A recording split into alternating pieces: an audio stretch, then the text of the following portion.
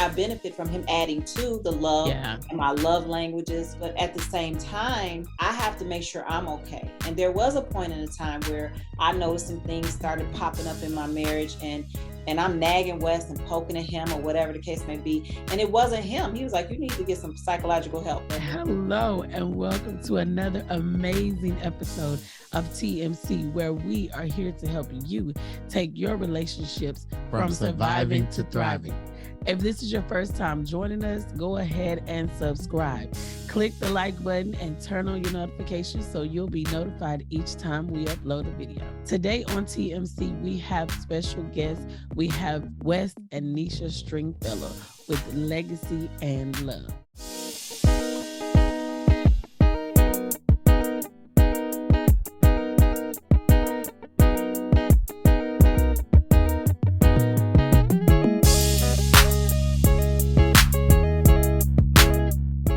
Hey everybody, thank you so much, Cedric and Shante, for having us today. We are Wesley and Neesha, 34 years married. We got married at 18 and 20, and we are still thriving. We have 4 children, 5 and 1 on the way, grandchildren. All 4 of our children are married. Our baby girl just got married September 9th. So we're empty nesters. Wes is recently retired. I've been in business for myself for 32 years. And that's just that we have a marriage ministry and for 23 years now. And that's a little bit about us. Awesome. Wes, Neesha, tell us about the marriage ministry. Tell us just a little bit about it. All right. So this is the ministry we started about over 20 years ago. And it really just started with us trying to get our friends together because, we can see the struggles, and some of them were even getting divorced. He was like, you know what? Let's just get together and have a nice dinner. And like over 40 couples showed up. And so he was like, wow, we might be on to something. Yes. So shortly after that, we did our first getaway, which our retreat, and it was a success. We had plenty of couples. We had fun that weekend. And we've been doing marriage getaways for over 20 years now. We have one coming up this October. Amazing. Wow, that is awesome. That is great. What is the one lesson that being married to Neesha, to Wes, has taught you? For me, I have learned to be selfless. And being able, when I say selfless, that means like I know what Neesha's needs are. I know what she needs. I know what makes her happy. I know what gets on her nerves, even though I do it purposely sometimes, but I know. And you have to be selfless to be able to give that person what they need, and not necessarily looking for something in return, but more than likely, I don't think I could give Neesha enough without her trying to give back to me, whatever that may be. And hopefully all relationships can work that way. They don't always, but that should be the goal. Absolutely. And I'll say, he always says this, and we didn't coin this phrase, but forever be a student of your spouse. Try to outgive your spouse. So we use this analogy all the time, and those are things that we try to outdo and remain friends. The other thing is that your life surrendered to God. That's the main thing, really surrendering your all to him, remembering that the covenant you made was not with each other. You first made it to God. You stood before God and man. And it's so interesting. I know vows are very different these days, but the bottom line is that our yes to God is what really we know. Wes always says there's nothing so spectacular about our marriage except that God's grace just has been on our marriage. And we're very blessed and we're very grateful to still like each other. We love each other, but we still like each other too. I know that. Explain the difference. So I always say you can love a dog or a cat, your pet, you love them, you like to see them, you're annoyed with them. But when you like them, you want to hang out with them, you want to spend time with them, you're their very best friend, and I say that because a lot of people love each other, but they're not in like with each other. So sometimes even as empty nesters, a lot of people look up and all the kids are gone and everything is shifted, and they look around like, I don't even know you. I don't even like you. I don't like anything about you. Well, you never took the time to live with your spouse or to learn to be their friend. You just were busy with doing life. And that is where a lot of couples get into trouble, because they don't pay attention. They worried about the kids, worried about the job, worried about careers and advancement and all of those things. That's fine.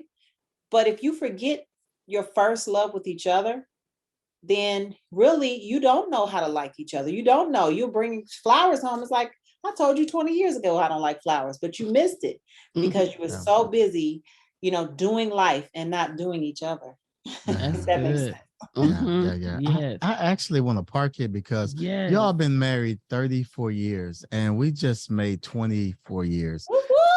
And yes. And one of the things I've seen in a lot of relationships that's been together 25 plus years, and something happened and they begin somewhere down the line, grew apart, or whatever name we want to put on it. But one of the things I want to ask you guys to help us, what are some things that we need to do right now? Because I'm looking at you guys and I can still see, that fire and that love, that action. We can feel that. You still love each other and you still like each other. And so I want you to kind of help us.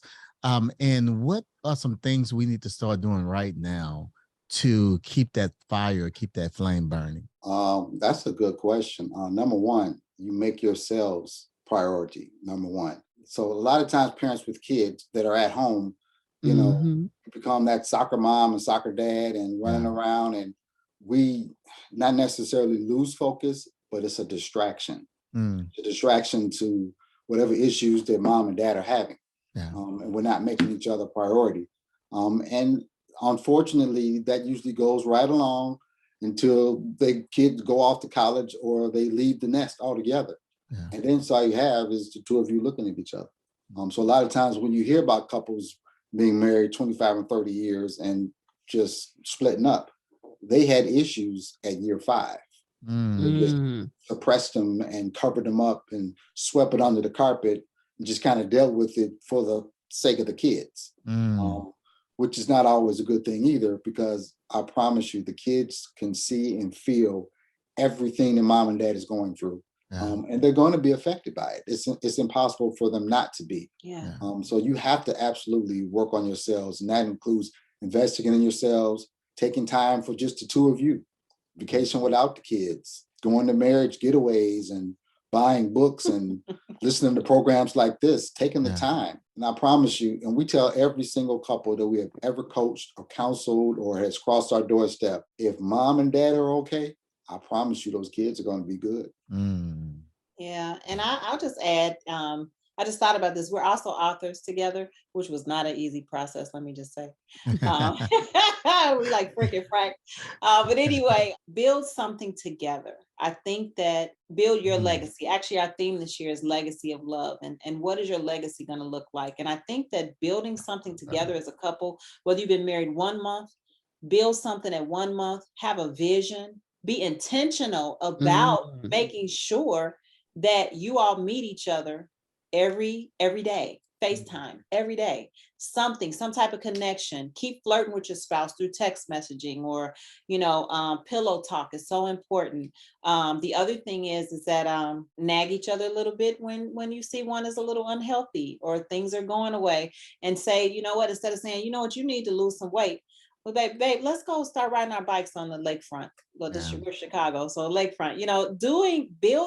Building a life together is so important. And last but not least, making sure you remain friends. Do you like each other? And it's going to take a little compromise. I mean, I don't really like watching football, but I mean, I'm not gonna just never go sit down next to him and watch it. Sometimes it's a give and take. You have to really kind of, connect with each other. Now, I'm not saying you get it right all the time, right? We have this thing called pinky toe love. So we had this thing when we first got married, never go to bed angry. And what's all his running joke is that he would never get to sleep, so he preferred not to go to bed married. But the truth is that we just made a decision. I know there's a scripture that says, don't let the sun go down in your wrath, but it wasn't that. I just wanted us to meet some type of truce at the end of the evening. So make sure that at the end of every day, you are intentional about saying, if we not even, don't mean you all hugged up and stuff, but there's the pinky toes, at least meeting, saying it's a truce. We're going to bed in peace. And we can revisit all the day tomorrow or the next day if we have an opportunity, but never let a moment slip you by being so angry that you didn't have any form of resolve. That's our intentionality. That's good. That's good. Oh, you all just hit us with a lot of knowledge. I mean, this is really good. Definitely. And I'm sure you guys you've been having your marriage ministry for over 23 years. So you've just given us some tips for those challenges to help us with those things. And I would like to ask you this question. Working in marriage ministry with multiple couples over 23 years, what is maybe 2 or 3 things that you think and you believe that every marriage should have as the foundation to set that thriving relationship? That's good. I would just say trust and respect, and of course putting God first. I mean, we have to say that because of course we're believers, but putting God first, that's first. And the oxygen mask. And when I say put God first, it's like having that personal relationship, because he can't do it for me and I can't do it for him. Yeah. So the oxygen mask on myself, I have to make sure I'm okay. And there was a point in a time where I noticed some things started popping up in my marriage, and I'm nagging Wes and poking at him or whatever the case may be. And it wasn't him. He was like, you need to get some psychological help. That literally is in our book, Reboot Your Marriage. And so the bottom line was that, we laughed about it, or sometimes I was a little sensitive about it. Why you keep saying that? But I literally went to see a counselor, and I was like, you know what? There was a lot of things that before Wes, my childhood, feeling rejected, not feeling secure, all of the things that were poking at me, I was wanting Wes to fulfill them. And that is not what can happen, And so getting help, oxygen mask on yourself first. And then secondly, being intentional about, your trust. Check in. I'll be like, we kind of do this. We say, it's like, who you think is fine in Hollywood? Who's your you said we, you do that. No, we do it together. Well, you already know who I think. But anyway, that's not neither here nor there. The point is that have fun together. Yeah. Do I think that he's blind? No, he's a man with eyeballs. And I know which one of my friends you think is fine? And he said, not a dare one. Take notes, husband. Take notes. But the smart answer. Have some fun together. Be intentional. That's what I have to say. I don't know. Yeah, that's a good answer. Now, I'm going to tell you, one of the most popular answers for that question is communication. When we counsel couples or coach couples, we say, well, what's going on? What's the issue? They always say, communication. Communication is a gigantic word. Yes. It encompasses a whole lot. And for you to say just communication, man, that's a whole can of worms and then some. Yeah. So what do you mean communication? You talk too much, you don't talk enough, you don't like the way they talk, they talk down to you, they talk up to you. I mean, what do you mean? Have managerial tones? This is not about me tonight. I think I have my name down there. You need to add your name on there too. Wesley and Neesha. Yeah, but so communication is very important. Yeah. But communication means effective communication. Yes. Being able to talk about things that matter. Neesha mentioned earlier FaceTime. We're not talking about FaceTime on your iPhones. We're talking about FaceTime as in face-to-face. Yeah. That head hits that pillow, or sometime maybe even when you get home from work, when the kids are doing their homework or whatever they're doing, and you can actually have a conversation about, babe, this bothered me, or I had a rough day at work, or, the other day when you said this, I felt this kind of way about that, or I know you didn't mean it to say it that way, but it made me feel this way. Yeah. That's communicating and being able to talk about how something made you feel, because that's really all that matters. Doesn't matter whether you meant to say a special way, or you didn't mean it to come out that way. Did I hurt her feelings, or did she make me feel kind of slighted? And if you did, let's talk about that.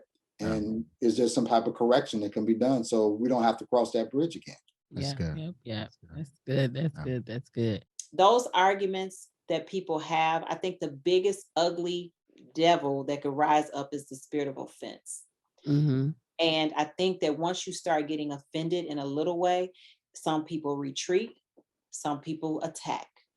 And some people that retreat, they'll get distracted by something else, because if you're always coming home to an attack, then somewhere somebody's not attacking.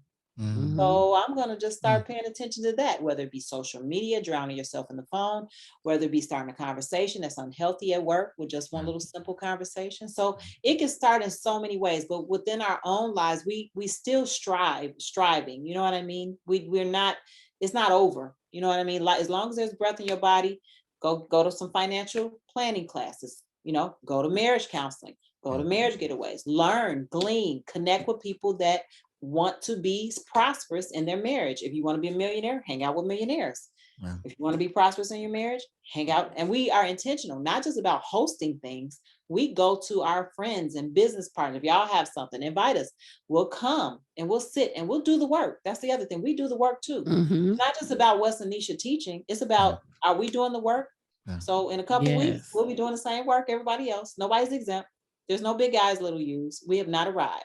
I love it. I love it. I love it. Wow. That was times in our marriage, for example, when we reached 10 years and 15 years, we looked at our marriage and was like, oh man, we have a great marriage. And I'm dealing with something right now, this whole comparison thing, which I believe we need to get away from. I was comparing myself to people, right? Oh man, we're doing really good.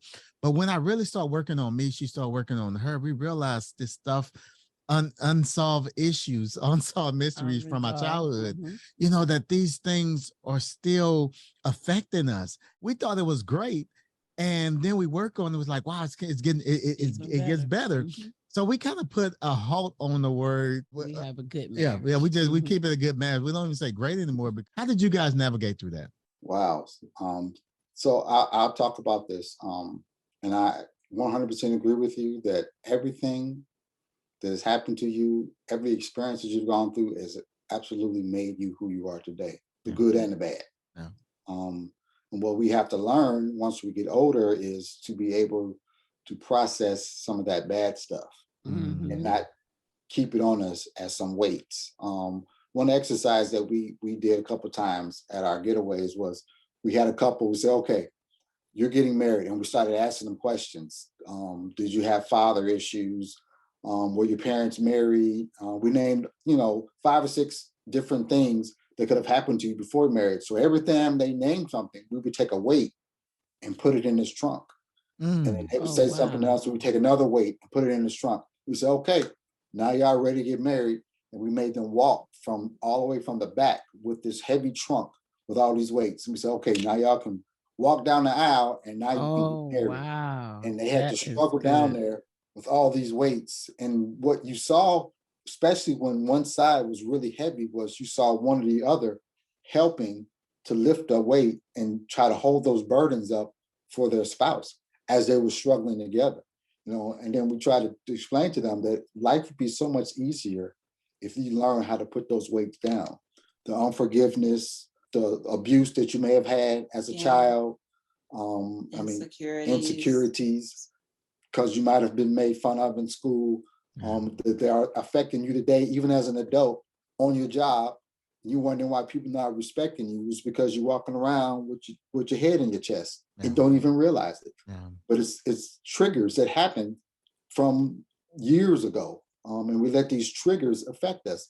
We let triggers affect us even from past relationships as an adult. Yeah. I wanted to add, though, something you all said, that you don't even say great marriage. I say own it. The Francises have a great marriage. Own it.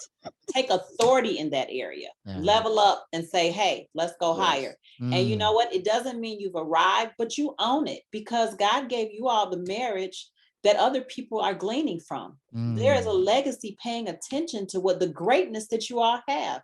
So don't ever say, we don't want to, nobody's all arrogant with your chest puffed out or anything like that. People always comment that we're very humble. We're just regular.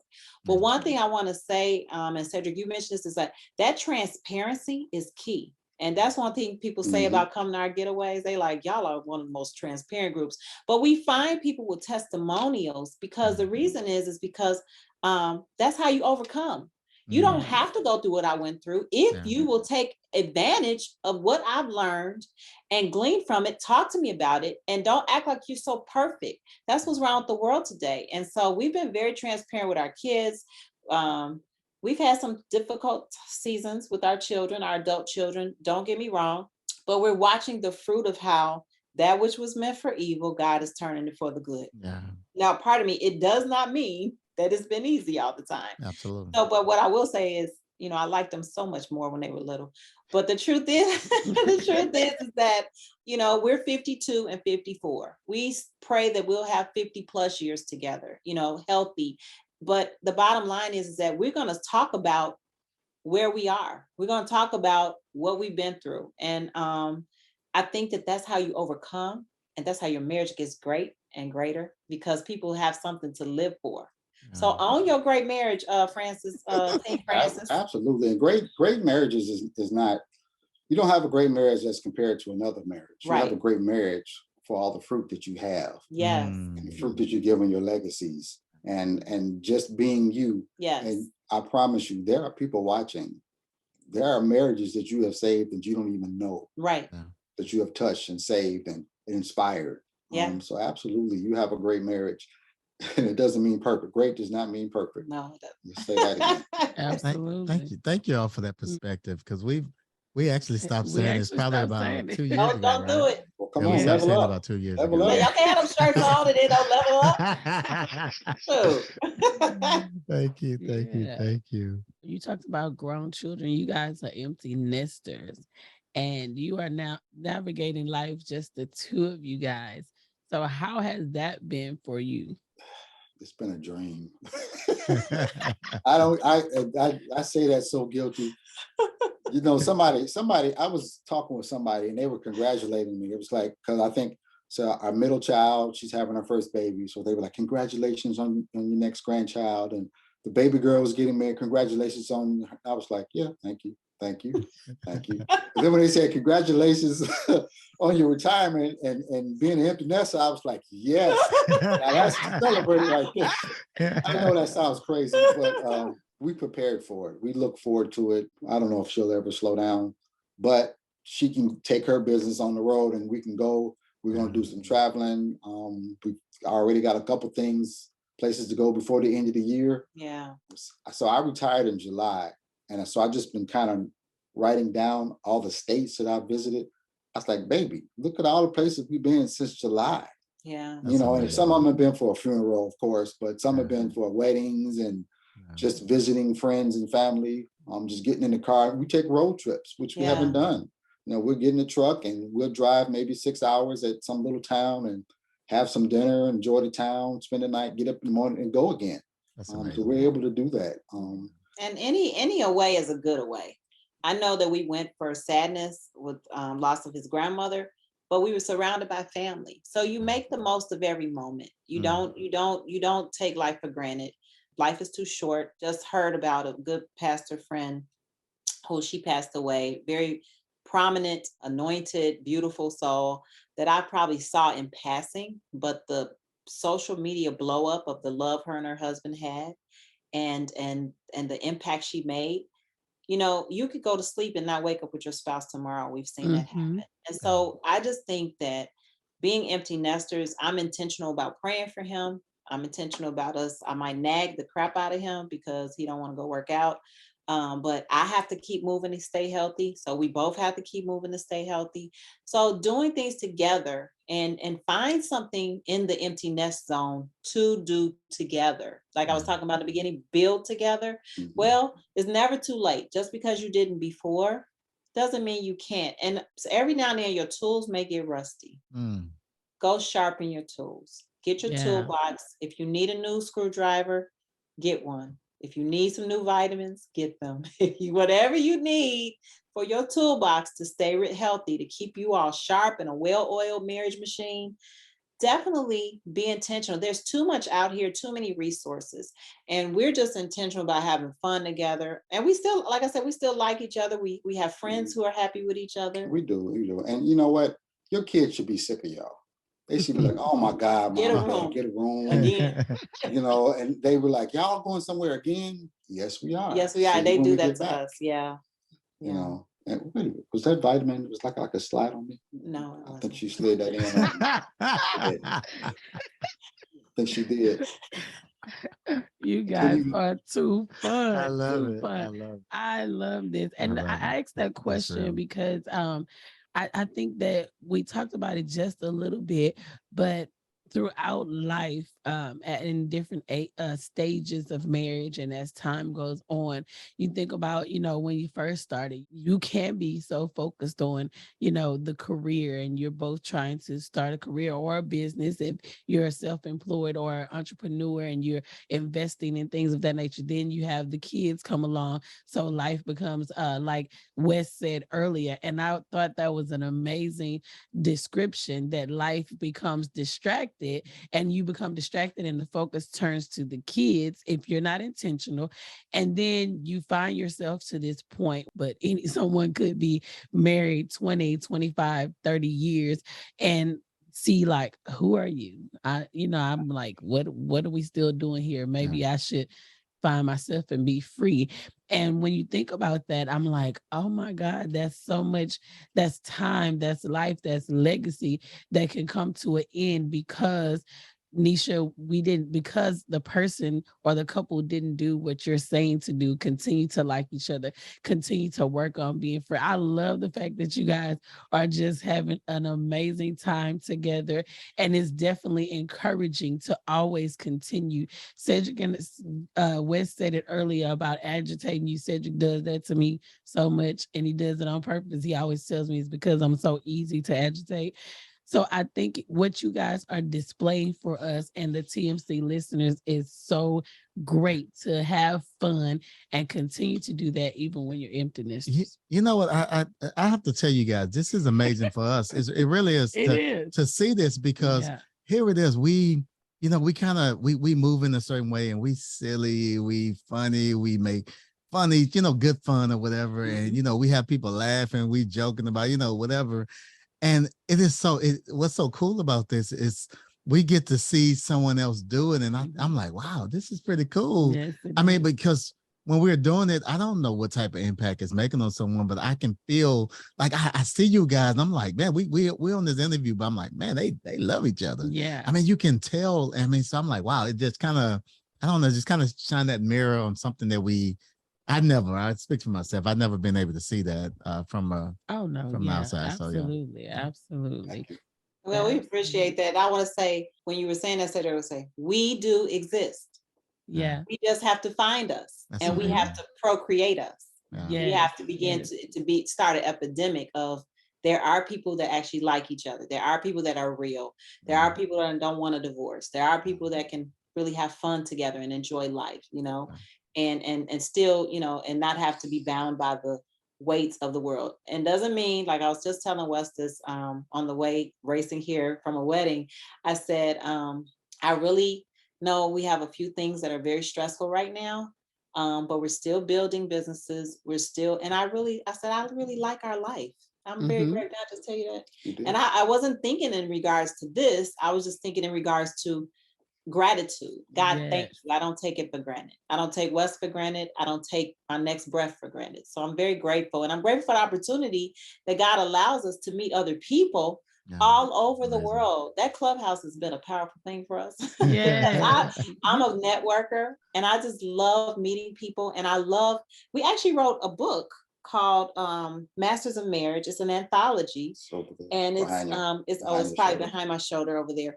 It was inspired by meeting couples on Clubhouse who had marriage ministries that are like us, that like each other, that have overcome many struggles, but are making moves in the kingdom of marriage. And to me, we know a few people before then, but now I'm like, we know people in Japan. Met people. She's coming to our marriage getaway, her and her husband. We shout out to Marriage Mouse. People. Oh yeah. Tracy and Shane. We had them on. Yeah. Oh, you did? Okay, so there you go. So they're coming. Y'all should come too, y'all. I know this y'all show, but sorry. But anyway, yes, we so God has just been good to meet people that say we exist. Absolutely. That's why we want you guys to tell the TMC listeners, tell us the name of the marriage ministry. Tell us about the retreat. Give us some information. So if the TMC listeners or anyone wants to connect with you, they will be able to do that. Well, October 21st through the 23rd of 2022, we will be at the Q Center in St. Charles, Illinois, and we will be having our 23rd annual marriage getaway. We don't call it a retreat because it's your getaway for you and your spouse. Wes's common phrase is that most people think retreats are stuffy and you sit around and singing Kumbaya and tell all your business. That is not what we do. We come have fun. We're going to be having a 70s contest for the best dressed 70s couple. And 70s clothes are actually back in now. That's what's so interesting. We're having a legacy walk. Our theme is legacy. We have a circle of trust where we come together and couples share their transparent moments and stories. We have entertainment. We have a party reception. It's all inclusive. It's $850 for 2 nights, $970 for 3. Inflation took us there. But anyway, the bottom line is that you will not be disappointed. You get t-shirts, you get 5 meals, you get your gift bag, you get a snack survival pack, you get an extra gift, you get so much. And then all the activities that we have planned for you guys is all inclusive. And we close out on Sunday we have amazing worship artists, like people that are recording artists, Grammy Award winning. I mean, so we really bring it, and everybody volunteers. Get that. We don't have people that don't come in. Everybody volunteers. So the worship is amazing.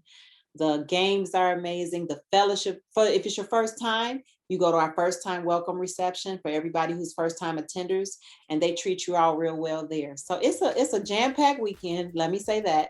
But it is so amazing and so much fun. And if you choose to say, we're going to sit this one out, nobody ever does, you can just stay in your room and relax because it's your getaway. You're investing in your marriage. Go to heartlifetoday.org, HEARTLIFE, one word, .today, heartlifetoday.org.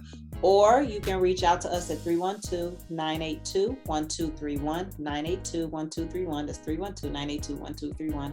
And you can send a text or anything. If you want to reach out to us, you can follow us on Facebook, Wesley and Neesha Stringfellow, or you can look me up, Neesha's Network, Wesley Stringfellow, Neesha Stringfellow. We're everywhere. Instagram, The Marriage Reboot. We have a page called Reboot Your Marriage. So you can find us anywhere on social media. It's not too late. You still have time to register for the marriage getaway. It's a week away. Go ahead and register today. From next Friday, October 21st to Sunday, October 23rd. This getaway, you don't want to miss it. So join Wes and Neesha for this awesome getaway. Absolutely. Wow. Well, we thank you all for being on the TMC podcast on today. On behalf of the TMC community, we want to thank you all so very much for taking time out of your busy schedule and adding value to us all. We are honored. Thank you for having us. Thank you so much. So we want to thank you for joining us today. We hope you enjoyed this. And if you did, go ahead and subscribe. Click the like button and turn on your notifications so you will be notified each time we upload a video. And if you're listening on iTunes, rate the podcast and leave a review. That helps us get the word out. And we want to invite you to head on over to our leadership podcast, Lead to Greatness, where my husband is interviewing entrepreneurs and great leaders from all around the world every week. So we want to thank you for joining us today on TMC. Looking forward to hanging out with you again on next week as we continue to help you take your relationship from surviving to thriving. Bye. See you next week.